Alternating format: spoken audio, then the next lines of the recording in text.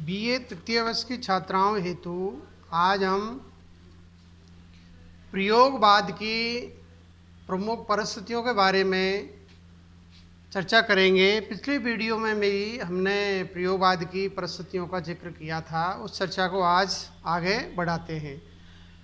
पिछले वीडियो में हमने प्रयोगवाद की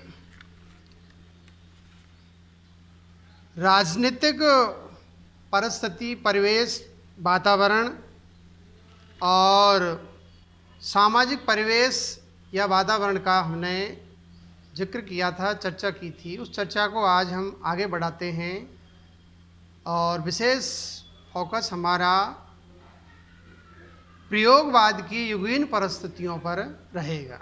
तो देखते हैं आर्थिक परिवेश तत्कालीन समय में कैसा था, यानी 1943 से लेकर के 1953 का जो टाइम ऑफ पीरियड है, समय अवधि है, काल अवधि है, उसमें आर्थिक परिवेश कैसा था। दूसरे विश्व युद्ध के फलस्वरूप विश्व भर में, विशेषतया भारत में विषम परिस्थितियां बन गई थी। विषम परिस्थितियां बन गई थी। सारी अर्थव्यवस्था युद्ध, सारी अर्थव्यवस्था या पूरी अर्थव्यवस्था है, या यूँ कहे इकोनॉमिक कंडीशन है, वो सारी अव्यवस्थित हो गई थी। महंगाई, बेरोजगारी, अकाल, हड़ताल, तालाबंदी के षड्यंत्रों में उलझ गई थी।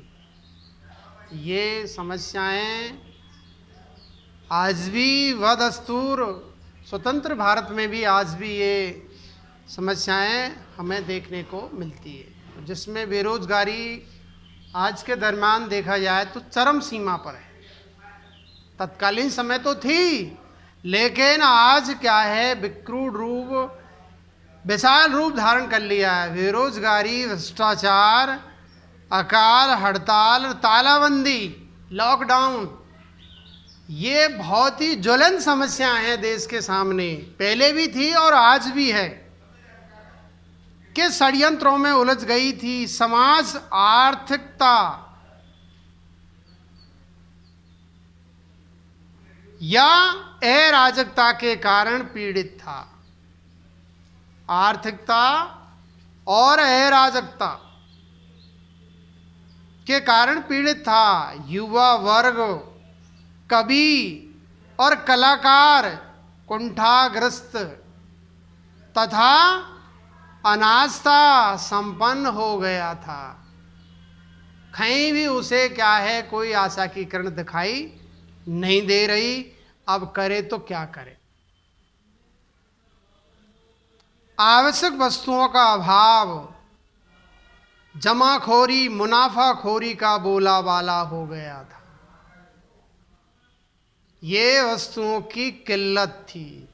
खाद्य वस्तुएं नहीं मिलती थी। जो पैसे वाले हैं, पूंजीपति वर्ग है, उन्होंने उसको जमा कर लिया था।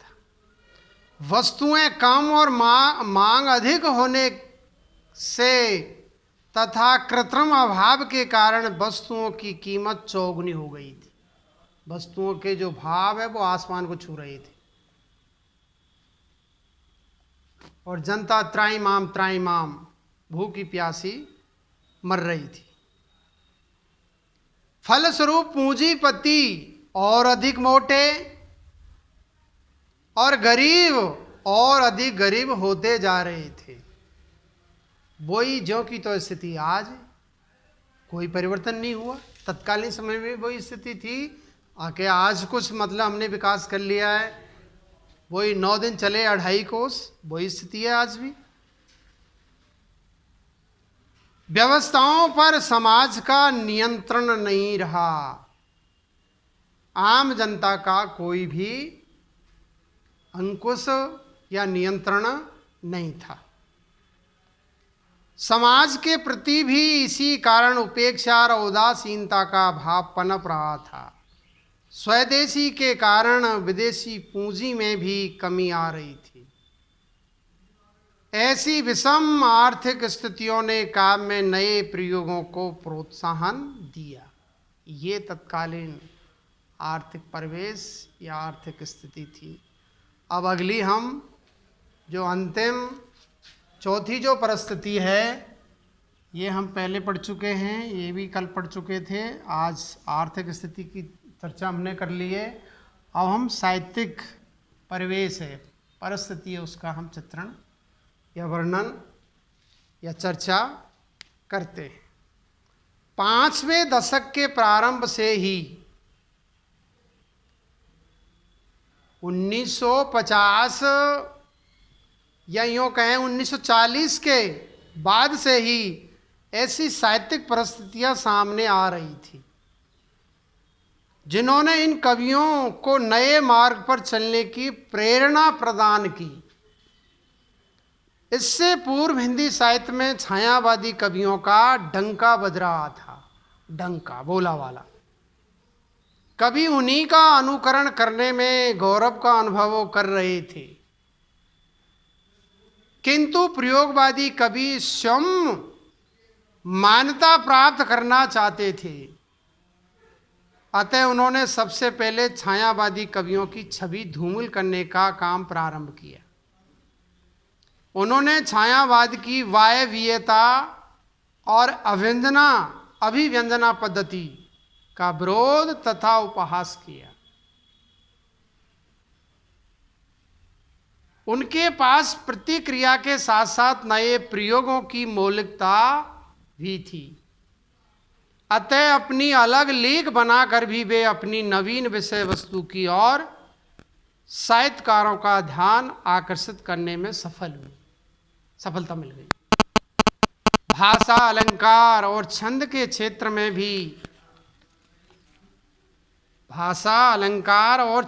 क्षेत्र में भी इन कवियों ने नए नए प्रयोग प्रारंभ किए। इन्होंने छायावादी सौंदर्य दृष्टि से भी असहमति प्रकट की। छायावादी कवि निराला ने जिस मुक्त छंद का प्रवर्तन और प्रचलन किया था, मुक्त छंद का सबसे पहले प्रवर्तन हिंदी साहित्य के अंदर सूर्यकांत त्रिपाठी निराला ने किया था। उसी के सहारे उससे भी आगे गद्यवत कविता, लयहीन कविता ये कवि लिखने लगे और नए उपमान तथा रूखी भाषा से लोगों को आकृष्ट करने लगे। ये छायावादी कविता को क्या कहते थे? सनावरी, बच्चों की कविता, वर्जनाओं और कुंठाओं की कविता कहते थे।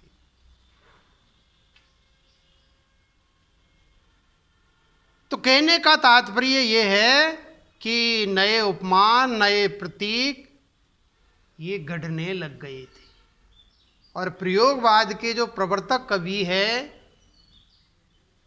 अज्ञे, सच्चिदानंद, हीरानंद, बादशाहन अज्ञे, उन्होंने तो क्या है नए उपमानों के बारे में एक बहुत सुंदर क्या है पंक्ति लिखी थी कि ये उपमान मेले हो गए, ये उपमान मेले हो गए, देवता इन उपमानों से कर गए हैं कूच, जब कभी बासन अधिक घिसने से मुलम्मा छूट जाता है।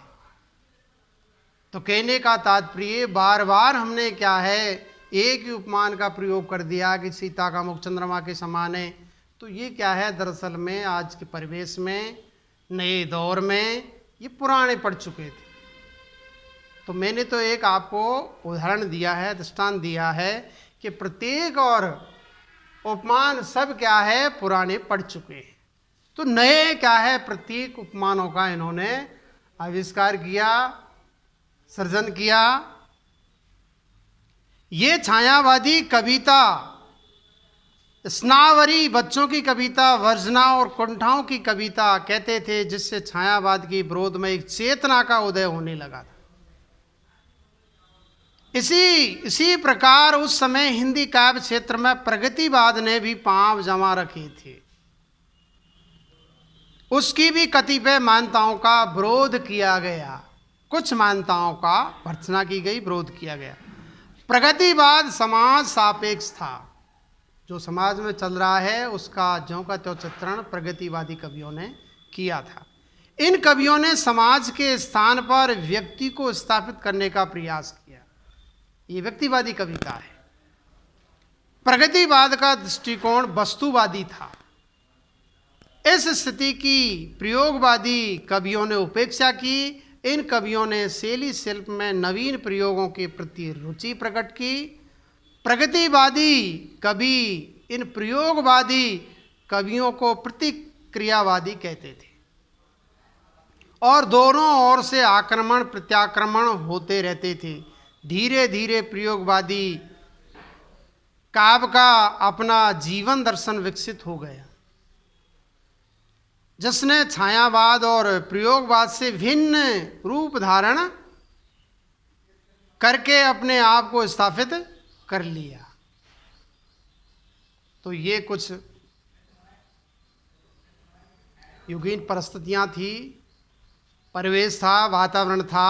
अब हम अगले टॉपिक के बारे में चर्चा करेंगे और अगला हमारा जो विषय है, बिंदु है, वो है प्रयोगवाद की पूर्व परंपरा और प्रेरणा स्रोत, अर्थात प्रयोगवाद के प्रमुख सिद्धांत।